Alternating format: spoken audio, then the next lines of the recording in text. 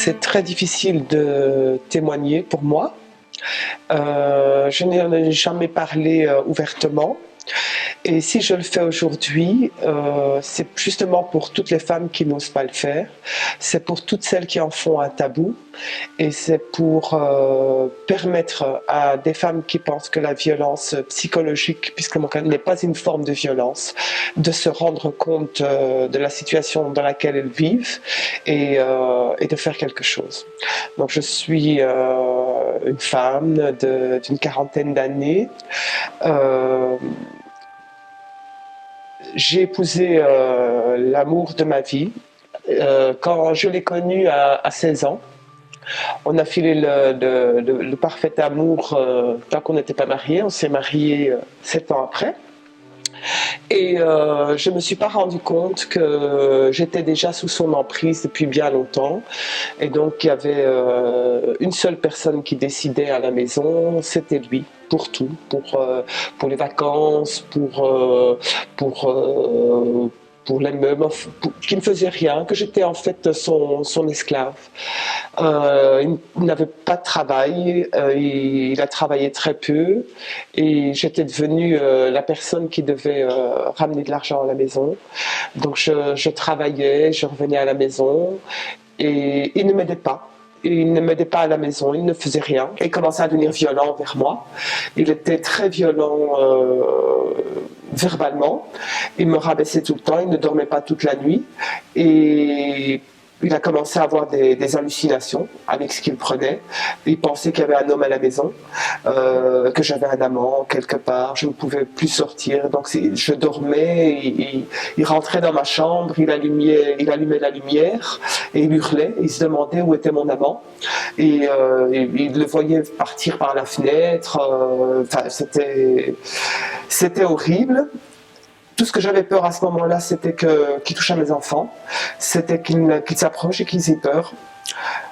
Le jour où j'ai compris que mes enfants étaient fortement en danger, qu'il fallait que je sauve leur peau, beaucoup plus que la mienne, puisque la mienne, elle n'avait pas d'importance, j'étais devenue quand même presque rien, puisque pour lui, je n'étais rien. C'est quand un jour, il a senti, lors d'une crise, il a senti le bonnet de mon fils, et il a dit, je connais cette odeur. Et que je me suis dit, mon fils est en danger. Il croit que mon fils est un amant, et il va le chercher, il va le tuer. Cette nuit-là, il a failli me tuer, moi. J'ai dû appeler la police. J'ai eu énormément de chance. La police est venue, j'ai mis mon mari dehors, il est parti menotter dans un état d'excitation incroyable. Il a fait tellement de boucans, tellement de bruit, évidemment les enfants ont vu ça. Les voisins ont entendu le bruit, ils ont entendu la police. Et tout ce que j'ai eu, c'est une lettre à la maison une semaine après, menaçante, du syndic, disant que j'avais fait du foin à 2h du matin. Je n'ai jamais osé dire ça à ma famille. Je n'ai jamais aussi expliqué ce qui s'était passé. Bien longtemps après, lorsque j'ai divorcé et que tout le monde le prenait pour un ange, on m'a demandé de retourner avec lui. On m'a dit, mais pourquoi, c'est le père de tes enfants, il est si gentil, et pourquoi tu ne retournes pas avec lui et tu es seule? Puis c'était un peu honteux d'être divorcée dans ma communauté.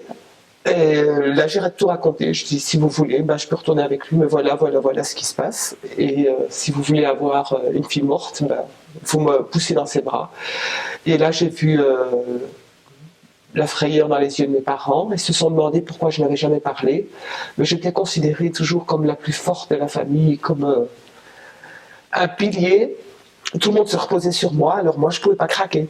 Je ne pouvais pas leur raconter, je ne pouvais rien leur dire. Puis je me dis, à quoi ça sert? Je vais leur donner un peu plus de malheur dans leur vie si je raconte ça. Mes parents vont être mal, donc j'ai toujours tout gardé pour moi. J'ai honte de parler aujourd'hui parce que j'ai peur que mes enfants me reconnaissent et que j'ai pas envie de dire trop de mal de leur père. Leur père m'a certainement détruit. Pour moi, ça fait maintenant 12 ans que c'est terminé et je n'ai plus pas reconstruit ma vie parce qu'il m'a brisé. Il a réussi et ça a été très très dur pour moi de me reconstruire. La violence psychologique, c'est très très difficile.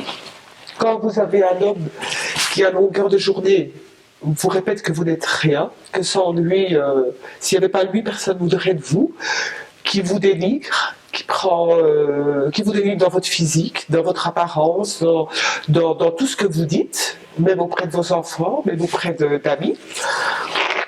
Vous perdez toute la confiance que vous avez en vous. Et plus vous restez avec ce genre de personnage, et plus vous êtes détruit. Et croyez-moi que si vous partez pas tout de suite, eh ben vous allez rester comme moi. Vous n'allez plus jamais refaire votre vie, parce que vous aurez tellement peur que ça vous arrive à nouveau, qu'il faut d'abord des années avant de vous reconstruire. Que dans mon cas, heureusement qu'il y avait les enfants, qu'il fallait que je me lève pour eux, qu'il fallait que je continue ma vie pour eux. Et puis c'est aussi ce sentiment d'échec, ce sentiment de se dire voilà, vous avez épousé l'homme de votre vie et vous avez fait tout foirer. Vous avez l'impression que c'est vu au début, parce que c'est toujours votre faute de toute façon. Si je parle aujourd'hui, c'est pour toutes ces femmes. J'espère que certaines, en tout cas, m'écouteront, que j'aurais pu, si je peux faire réfléchir ne fût-ce qu'une personne, si je peux la sortir de l'enfer dans lequel elle est, mon témoignage aura servi à quelque chose. Je m'appelle Assanatou Doucouré. Je vis en Belgique ici depuis bientôt 19 ans. Je suis malienne. Et le problème qui nous amène ici aujourd'hui, c'est l'excision, c'est de parler de l'excision. Je suis mariée, j'ai des enfants. J'ai essayé de me battre pour que mes 2 filles soient protégées, qu'elles ne subissent pas le même sort que ses parents. Et ici en Belgique, la pratique elle est interdite, il y a une loi qui l'interdit. Et ceux qui violent cette loi peuvent écoper d'une sanction allant jusqu'à 3 à 5 ans de prison. Et que ce soit une personne simple ou bien même le personnel médical. L'excision a des impacts néfastes sur la santé de la mère et de l'enfant. Il y a des conséquences immédiates, des hémorragies et également des conséquences lointaines qui peuvent être liées aux mauvaises hygiènes lors de l'excision, qui peuvent entraîner des infections, qui entraînent une stérilité. Il y a les complications au cours de l'accouchement qui peuvent entraîner la mort de l'enfant et de la maman. Donc ça peut être fatal à la mère et à l'enfant. D'aucuns pensent que c'est l'islam qui l'impose, alors qu'aucun texte religieux n'a été trouvé, en tout cas, pour justifier. Donc c'est pourquoi moi je dis non à l'excision. Je pense que ça viole les droits de la personne humaine elle-même, quoi. Donc je dis non à l'excision.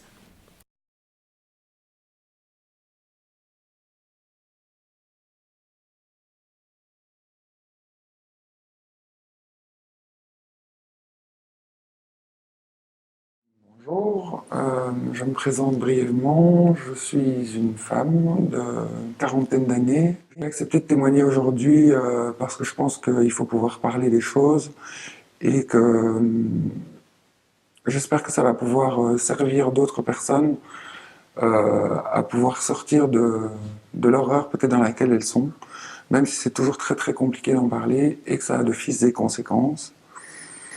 Alors dans mon cas présent, j'ai rencontré mon mari, mon futur ex-mari, j'avais une trentaine d'années. Dans un premier temps, on était très très amoureux, donc couple, histoire tout à fait classique et normale. On a tendance à croire que c'est dans les milieux sociaux les plus difficiles que ça arrive. Ben non, ça arrive à tout le monde.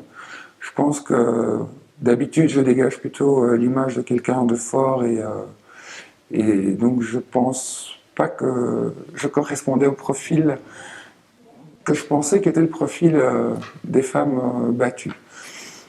Il y a eu plusieurs situations de violence physique, même des menaces avec un couteau, où j'ai cru qu'il allait me tuer.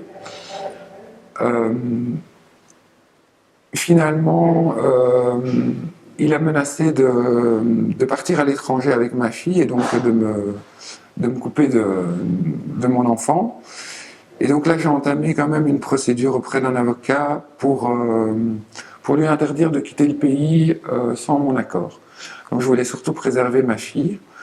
La violence a continué, bien que ce soit plutôt psychologique donc, et verbale, mais donc effectivement, j'étais dénigré au quotidien devant mes enfants, j'étais capable de rien, tout ce que je faisais n'était pas bien, et il fallait que je sois constamment dans une attitude rassurante, donc le tenir au courant de ce que je faisais, de qui je voyais. J'avais plus d'amis, donc ça c'est sûr que des amis masculins, ça je les ai tous perdus. Des amies féminines, j'ai réussi à en sauvegarder l'une ou l'autre, mais ça a été compliqué quand même, parce que c'était aussi... mon ex-mari était persuadé qu'elles allaient me monter contre lui et me pousser à le quitter, enfin... Et donc je me suis vraiment tout à fait isolé. Et donc toutes mes années de mariage, en dehors de m'occuper de mes enfants, de mon mari, j'avais quand même le droit de travailler parce qu'on avait besoin d'argent. Donc j'avais le droit d'aller travailler, mais de rentrer directement après le travail et de ne rien faire d'autre en dehors de ça.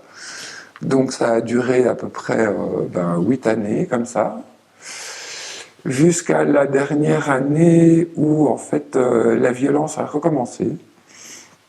Donc juste un peu avant de partir en vacances, il a d'abord tenté de m'étrangler une première fois. J'ai mis ça de nouveau sur le coup du stress en essayant de trouver des excuses. Ma fille m'a manqué de respect à moi aussi. Et où j'ai réalisé qu'en fait il n'y avait aucune raison qu'elle me respecte, puisque son papa ne me respectait pas au quotidien. Et donc là j'ai pris la décision de divorcer. Très difficile à prendre, mais au final j'ai de la chance qu'il a compris que c'était une réelle décision et qu'il ait même reconnu ses torts et même la violence, donc il a reconnu qu'il avait mal fait. Je pense que ça m'a beaucoup aidé dans tout ce qui est phase de reconstruction. Alors, en tout cas, ce qui me paraît important dans mon témoignage et que je voudrais transmettre pour les autres femmes, c'est qu'en fait, je n'ai réalisé toute la pression et tout l'enfer dans lequel j'étais qu'au moment où je l'ai quitté. Donc c'est vraiment le jour où je suis parti de la maison avec la certitude qu'il ne pourrait plus jamais rien m'arriver, que j'ai réalisé toute l'angoisse et toutes les tensions et toute la douleur et toute la tristesse et toute la colère dans laquelle j'ai été pendant X années.